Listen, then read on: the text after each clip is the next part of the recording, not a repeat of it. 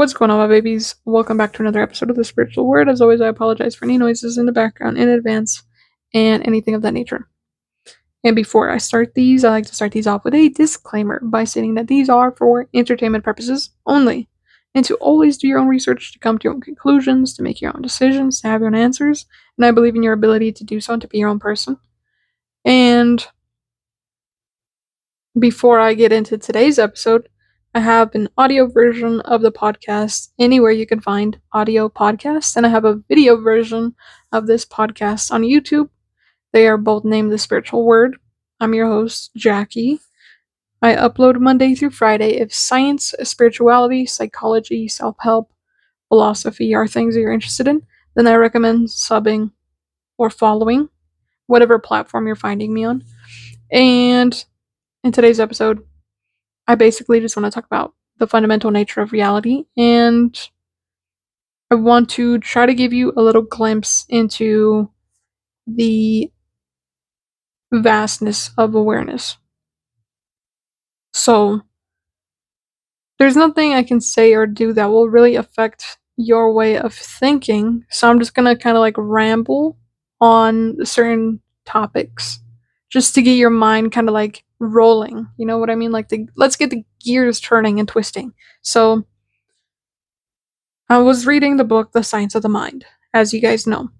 And in that book, it talks about the purpose of a human being being the experiencer of itself. And everything is made out of God. God is the idea of the things before it comes into creation, and there is a mechanical component to which God creates. And if you're religious, then those things look different to you.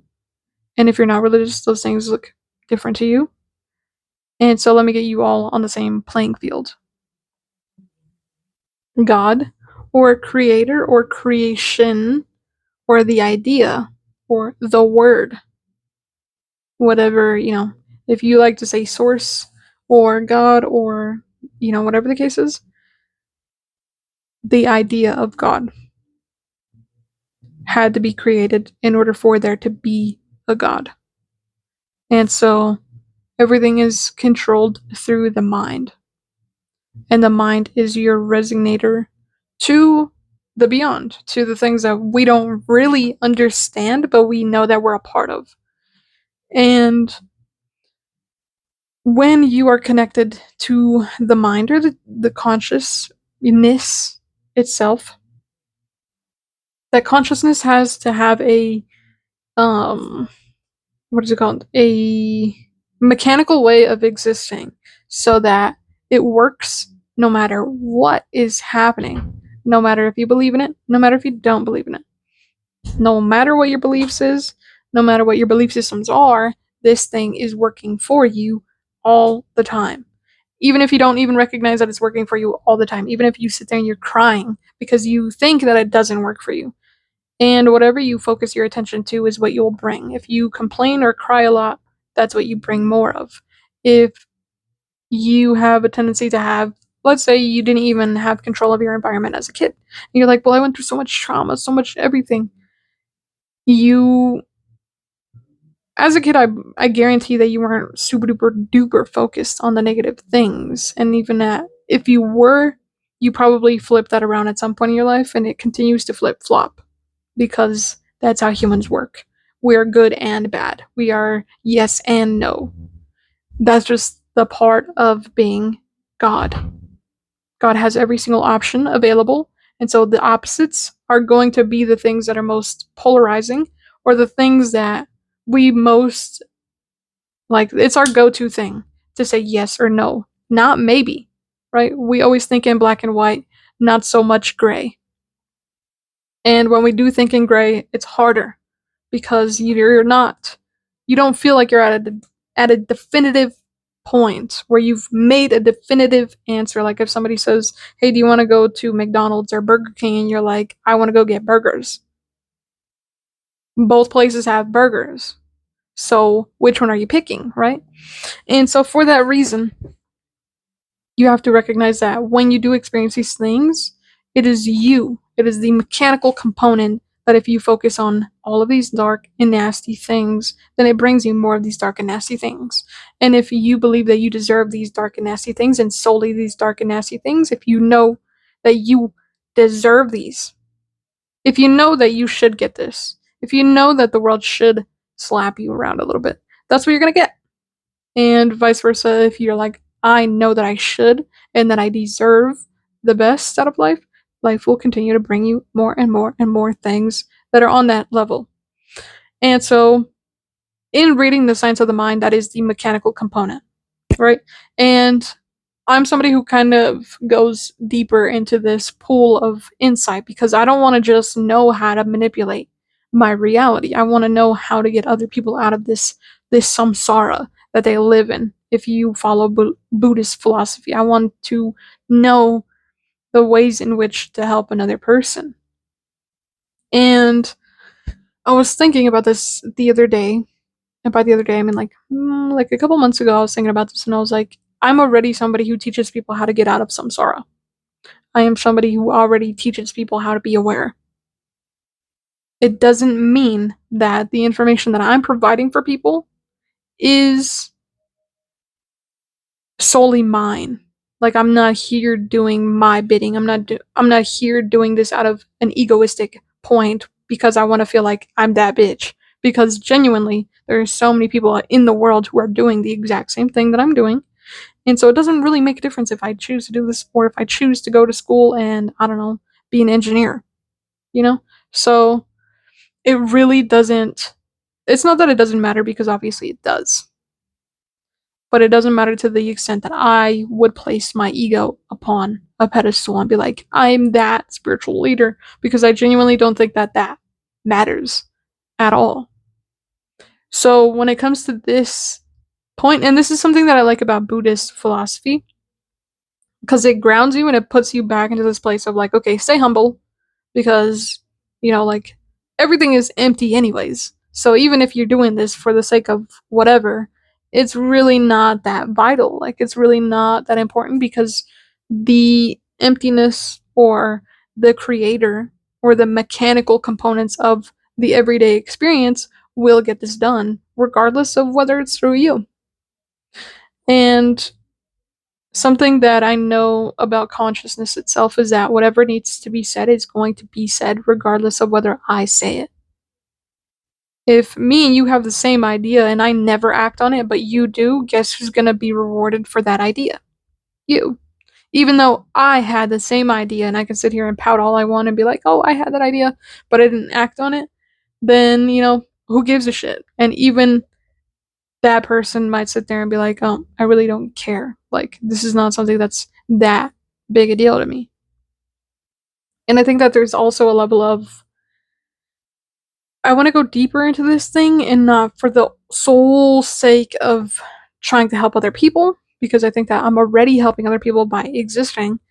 But I think that there's another level to where I could be in my level of understandings, in my level of teaching, in my level of being able to perceive the things that I'm not able to perceive, like the mechanical component that is this this waking life, and the mechanics and the mechanical components of which this reality functions. And so those are the reasons why I was reading The Science of the Mind, right? And getting deeper and deeper and deeper with myself, I came into these realizations, and in these realizations, I've always had this question, and I asked my Buddhist friends slash mentoring friends, why can we self-reflect? Why? What is that about? You know? And that's something that's always like caught my attention to the absolute core. So I think that another huge driving factor in the fact that I do this is for the sake of my own curiosity. And it's kind of like you do research to do research, but I do research to feed it back to myself. You know what I mean? Like I do research and these videos help me stay accountable with myself. And so I never get bored and I never dull of this curiosity. And I think that there's something childlike and free to the fact that I love to learn. And I love to learn about this. And so, with that being said, I was like, okay, I'm going to ask these people who are Buddhist and have been Buddhist for a decent amount of time now, what is the point of self reflecting? Why can we self reflect? And they never gave me an answer, which I think is fair because I don't think they're supposed to answer that for me. You know what I mean? And so I sat there and I was like, the point of self reflection is to look at myself. And that's what I told myself. And when I was reading The Science of the Mind and reading these mechanical components, I was like, oh my god, that's the point of self reflection. What is the point of a mirror? What is the point of a mirror? To look at itself. For you to look at yourself. I'm not saying that the sole idea of a mirror goes to solely a mirror, because I can see myself in a camera, I can see myself in reflections. You know what I mean? Like, I can see myself in a reflection of water. I can see myself on a reflection of metal. I can see myself, if I turned around a spoon, I could see myself in the reflection. So a mirror isn't the only thing that reflects back to me what I am. But the mirror is its sole purpose is to reflect back what is there. And that is what a human is. And that's what the mind is. Now, I don't want you to get confused because you have to come to your own conclusions and all that. And, if you don't understand that, then you didn't hear that from me, because I genuinely think that you need to come to those conclusions for yourself. But I thought that that was something so fucking mind blowing.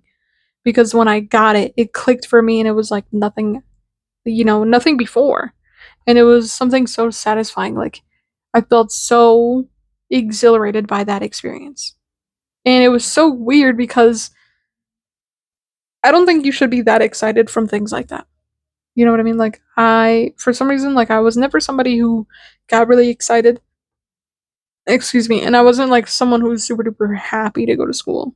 You know what I mean? But when it comes to shit like this, like, I've never felt so excited from something that I learned. And, excuse me. That's, that's something that I think about all the time. Like, the purpose of a mirror is to self reflect. So, the purpose of self reflecting is to reflect itself. And it's so stupidly mundane, right? Like, mundane. I say that in quotations because I genuinely don't think it's mundane, but the idea of me repeating that, it's like, well, what's the purpose of being able to read? To read. It sounds really dumb and like, it sounds dumb, but it's really not. It's this really powerful mechanical component that we take for granted because it's something that we can do all the time and something that has been done for a really long time. And I find that to be very exciting. The fact that, like, I rediscover the things that once was so old to me. And it's kind of like when you're a kid and you have that feeling of like, ooh, what is that? Ooh, what is that? Ooh, what is that? And then people explain that to you and you're like, ooh, wow. But you're also like, because you're so engulfed in your own little world that you don't really care about those things. And I think that that's another reason why I really enjoy doing what I do, and why I really enjoy learning about the science of the mind and learning about what this is and what reality is, because reality is something that you can never really get bored of. Especially because you're so engulfed in your own little world, you're so worried about the things that you're worried about, that when life is like, hey, look at this cool thing, you're like, whatever, not that cool. And then you'll look at it again and you're like, oh my gosh, that was so cool, life. Why didn't you show me that before? And life is sitting there like, I did. I really did show you that. You just didn't care when I showed you that. And there's a beauty in the self discover, or the ability to self discover. And not self discover in the sense of like, I'm discovering myself, but the self discover in the fact that one day I will. It's kind of like when um, archaeologists are searching through rubble and through dirt and miles and miles and miles of dirt. Then they finally find that artifact. And they're like, oh my gosh, this is what I was living for. Like, this is it. This is now I remember why I chose this career. And it was for this moment right here. And I have a lot of those moments where I sit down and I'm like, this is what I'm living for. Like this is the thing that everybody was talking about. This is the thing that everybody was so excited about. And for me, it's always the ability that, the science behind our mechanical being and the parts that I can't explain to you. I find that to be a very intriguing thing, the fact that we just exist. And that I don't know how the fuck I got here. You don't know how the fuck you got here. We just got here. And we can, you can argue with me and be like, well, I know how reproduction happens. Duh, I'm not fucking stupid. But at the same time, like, I'm talking about, like, who was the first person here? And how did we get here? If evolution swears that there was two types of humans, how did we survive and they didn't? Who did that? Do you think it was aliens? Like, I genuinely want to sit down and have a conversation with you if you think it was aliens, because I'm with you on that one. If you don't think it was aliens, you know, also tell me about that one, because everybody is heard from where I sit. And, anyways, I don't think there was like a real point to this episode, but I had fun, so I'm gonna end it here. Thanks for tuning in and tapping in. It's been Jackie. This is the spiritual word. And if you enjoyed today's episode, let me know. And let me know what else you want to know about. Because, like I said, I'm well versed in a lot of different spiritual topics and different spiritual ideas and stuff like that. And if you want to talk about Bashar, Abraham Hicks, if you want to talk about Dolores Cannon, I am well versed in what they teach. And if you just want to talk about the fundamental nature of reality, which I said I was going to talk about in this one, but I ended up ranting. If you want to know what that is, I will definitely go into depth on what I read in The Science of the Mind. And maybe even go chapter by chapter if that's helpful for you. So, yeah, I think that's it. Thanks for tuning in and tapping in. I will see you in the next one. Peace.